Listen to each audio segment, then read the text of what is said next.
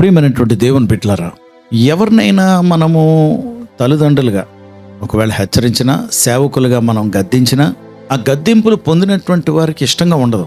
ఏంటి వీడు ఎలా మాట్లాడుతున్నాడు, ఏంటి మా నాన్న ఎలా మాట్లాడుతున్నాడు. మీ గురించే కాదండి, ఒకప్పుడు నేనే చాలా అవమానకరంగా, మర్యాద లేకుండా మా నాన్నగారి గురించి అలా మాట్లాడేవాడిని. ఒరేయ్, మా బాబు అసలు ఊరుకోడరా, ఏదో తెంపేస్తాడ్రా, ఇలారా అలారా అని ఆ లోకంలో మాట్లాడుకునే భాష. ఇప్పుడు నేను వెనక్కి తిరిగి చూసుకుంటే ఎంత పొరపాటు మాటలో అర్థమవుతుంది. సామెతల్లో గద్దించువారు మనకి తైలాభిషేకం అని చెప్తారు బైబిల్లో. పగటివాడట లెక్కలేని ముద్దులు పెడతాడట, కానీ మనల్ని ప్రేమించేవాడు గద్దిస్తాడు. అయితే బైబిల్ గ్రంథంలో ఈరోజు ఉదయం తీతుకు రాసినటువంటి పత్రిక 2వ అధ్యాయము 6వ వచనంలో పౌలు తీతు అన్నటువంటి దైవ సేవకుడికి చెప్తున్నాడు. ఏమనంటే, స్వస్థ బుద్ధి గలవారై మీ యవన పురుషులను గద్దించుము, హెచ్చరించుము. స్వస్థ బుద్ధి గలవారై ఉండవలనని మీ యవన పురుషులను గద్దించుము. గద్దించుము అంటే ఎగ్జార్ట్ దెమ్, సరిచేయి, కరెక్ట్ చేయి. ఎవరిని? దైవజనుడైనటువంటి తీతుకు చెప్తున్నాడు పౌలు. ఈరోజు పరిశుద్ధాత్మ దేవుడు మీతో చెప్తున్నారు. మిమ్మల్ని హెచ్చరించమని, గద్దించమని దేవుడు నాకు ఒక సూచన, ఒక వాక్యము ఇస్తూ ఆ పని నాకు అప్పచెప్తున్నారు. స్వస్థ బుద్ధి గలవారై. ఓ రోజు యేసుప్రభుల వారు గెరాసీను అన్నటువంటి ఆ ప్రాంతానికి ఆయన సముద్రం దాటి వెళ్ళారు. ఆ గెరాసీను ప్రాంతంలోకి అడుగు పెడుతూ సముద్రం ఒడ్డు మీద అడుగుపెట్టి ఆ పట్టణంలోకి ప్రవేశించాలంటే ఆయన సమాధుల్లోంచి వెళ్ళాలి. కాబట్టి సమాధుల్లోంచి బయటికి వెళ్తూ ఉంటే ఆ సమాధుల్లో ఒకడు నివాసం ఉంటున్నాడట, దెయ్యాలు పట్టిన వ్యక్తి. సేన అన్నటువంటి దెయ్యాలు పట్టేసే అతనికి. అయితే ఈ దెయ్యాలు పట్టినటువంటి వ్యక్తి యేసు ప్రభుల వారిని చూడగానే పరుగున వచ్చి సాగిలు పడిపోయి, నాతో నీకు పని ఏమి, దేవుని కుమారుడా, నాతో నీకు పని ఏమి అన్నాడు. అప్పుడు యేసు ప్రభుల వారు బయటికి వెళ్ళు అని గద్దించగా, అయ్యా అని బ్రతిమలాడటం మొదలుపెట్టాడు అతను. ఆ దెయ్యాల లోపల ఉండి బ్రతిమలాడుతున్నాయి. ఏమనంటే, ఆ పందుల్లోకి పంపించండి అని. ఆడ పందుల గుంపులు ఉన్నాయట, ఆ పందుల్లోకి పంపించమంటున్నాడు. అంటే పందుల్లోకి వెళ్ళకముందు ఈ దెయ్యాలు ఎక్కడున్నాయి అంటే ఒక మనిషిలో ఉన్నాయి. ఈ మనిషిలో ఉన్న తర్వాత ఈ దెయ్యాలన్నీ ఎక్కడికి పోయాయి అంటే పందుల్లోకి వెళ్ళాయి. కాబట్టి పందుల్లోకి ఉండకముందు అప్పుడప్పుడు దెయ్యాలు ఎక్కడ ఉంటున్నాయి అంటే నాలో ఉంటున్నాయి అనుకో, అది ప్రవచనం, మనుషుల్లో ఉంటున్నాయి. ఓకే, తర్వాత యేసు ప్రభుల వారు గద్దించి పంపించేగా పందుల్లోకి వెళ్ళిపోయి ఆ పందులన్నీ మీకు తెలుసు సముద్రంలోకి వెళ్ళి సముద్రంలో మునిగి చచ్చిపోయాయి.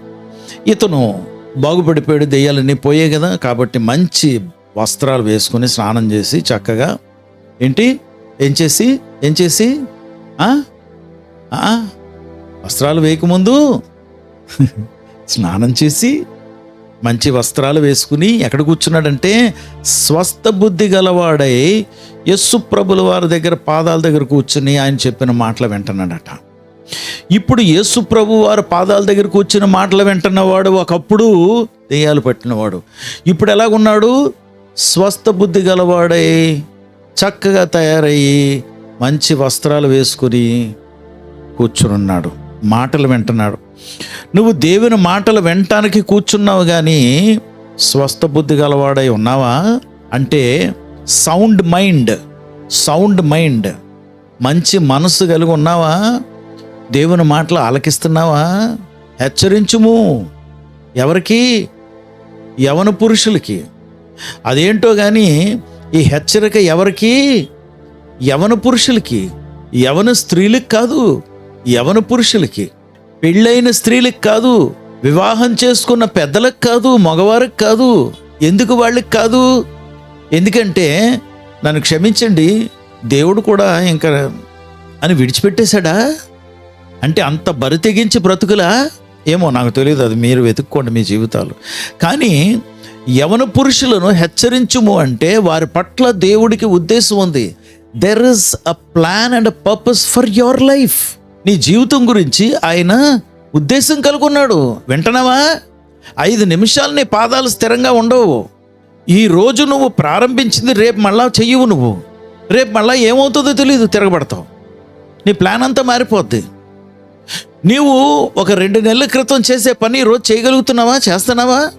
తెల్లవారుజామున లేచావు 2 నెలల క్రితం, ఇప్పుడు లేస్తున్నావా? తెల్లవారుజామున లేచి ప్రార్థన చేసావు, ఇప్పుడు చేస్తున్నావా?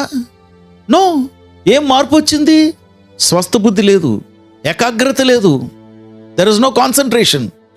ఎందుకంటే దేవుని చిత్తం నీ జీవితం పట్ల నెరవేరాలంటే they should be consistency from your side also.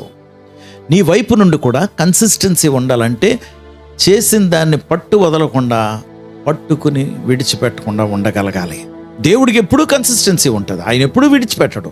నువ్వు ఏ పరిస్థితిలో ఉన్నా ఆయన ఎప్పుడూ చేతులు చాపి నీ వైపు ఉండి చూస్తున్నాడు నువ్వు వస్తావని. ఇదే మాట ఇంగ్లీష్ బైబిల్లో చాలా బాగుందండి. ఇది ఇంగ్లీష్ బైబిల్లో కూడా బాగుంది. Encourage the young men to be self controlled. Encourage the young men to be self controlled అంటే యవన పురుషులను వారు స్వస్థ బుద్ధి అన్న మాటని ఏం వాడారంటే, తిమోతికి రాసినటువంటి పత్రికలో ఉంటారు, మీరు పిరికితన ఆత్మను దేవుడు మీకు ఇయ్యలేదు, మీకు ప్రేమ, శక్తి, ఇంద్రియ నిగ్రహము గల ఆత్మ అంటే పంచేంద్రియాలను నిగ్రహించుకునే ఆత్మనిచ్చారు. అలాగా God has given you a spirit of self control. నిన్ను నీవు స్వాధీనంలో పెట్టుకోగలిగినటువంటి బలముని నీకు అనుగ్రహించారు కనుక నీవు స్వస్థ బుద్ధి గలవాడై ప్రోత్సహించు బాబు. తీతు ఆ యవన బిడ్డలను ప్రోత్సహించు. అడగండి మన యవన బిడ్డల్ని. నేను గద్దిస్తాను, ఎస్, కానీ ప్రోత్సహిస్తాను.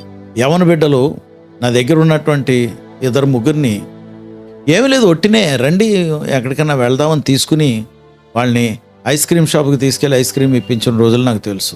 కొంతమందిని తీసుకుని అరకు వెళ్ళాం, వారితో పాటు సంతోషంగా కొంచెం సేపు సమయం గడిపాను. తర్వాత మళ్ళీ ట్రైన్ జర్నీ, మళ్ళీ వెనక్కి వచ్చాం. అప్పుడప్పుడు నేను చేస్తుంటాను, ఎందుకంటే వాళ్ళని ప్రోత్సహించడానికి. సో తీతూ ఈ యవన బిడ్డల్ని ప్రోత్సహించు, encourage them, but ask them to be in self control.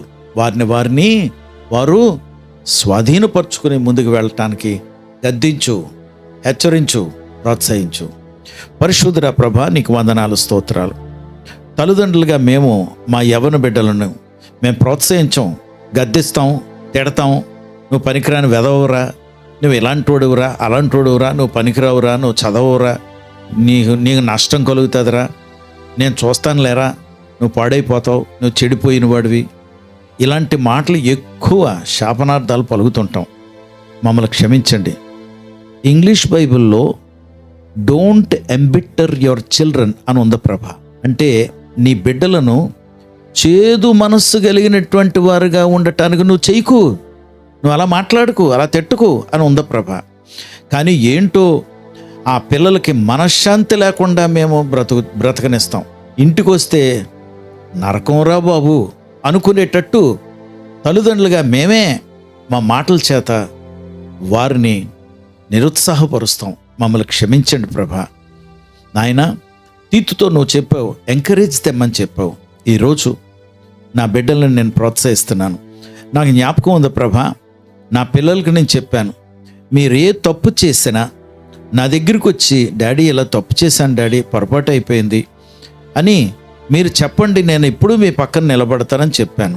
ఏ విషయమైనా సరే, ఏది జరిగినా సరే నాతో చెప్పండి, నేను ఉంటాను, అంతేగాని బయటోళ్ళు నాకు చెప్పకూడదు ఆ విషయాలు అని చెప్పాను. కానీ నీ పిల్లలుగా చాలామంది ఆ బయటోళ్ళు ఇతరులన్నీ నెగిటివ్ మాటలు చెప్పే వరకు మా పిల్లలు ఆగుతుంటారు. ఎందుకు అది అర్థం కాదు ప్రభా. నాయన, ఈరోజు మరలా నా బిడ్డల కొరకు, ఈ మాటలు వింటున్నటువంటి వారి కొరకు ప్రార్థన చేస్తున్నాను, ప్రోత్సహిస్తున్నాం ప్రభా, ధైర్యపరుస్తున్నాం ప్రభా. మా పిల్లల కొరకు మీరు కంటున్నటువంటి కలలు, అద్భుతాలు కనుక వాటిని అన్నిటినీ నెరవేర్చమని, మీ నామానికి నా బిడ్డల ద్వారా మహిమ తెచ్చుకోమని యేసు నామములో ప్రార్థించి వేడుకొంచున్నాం తండ్రి.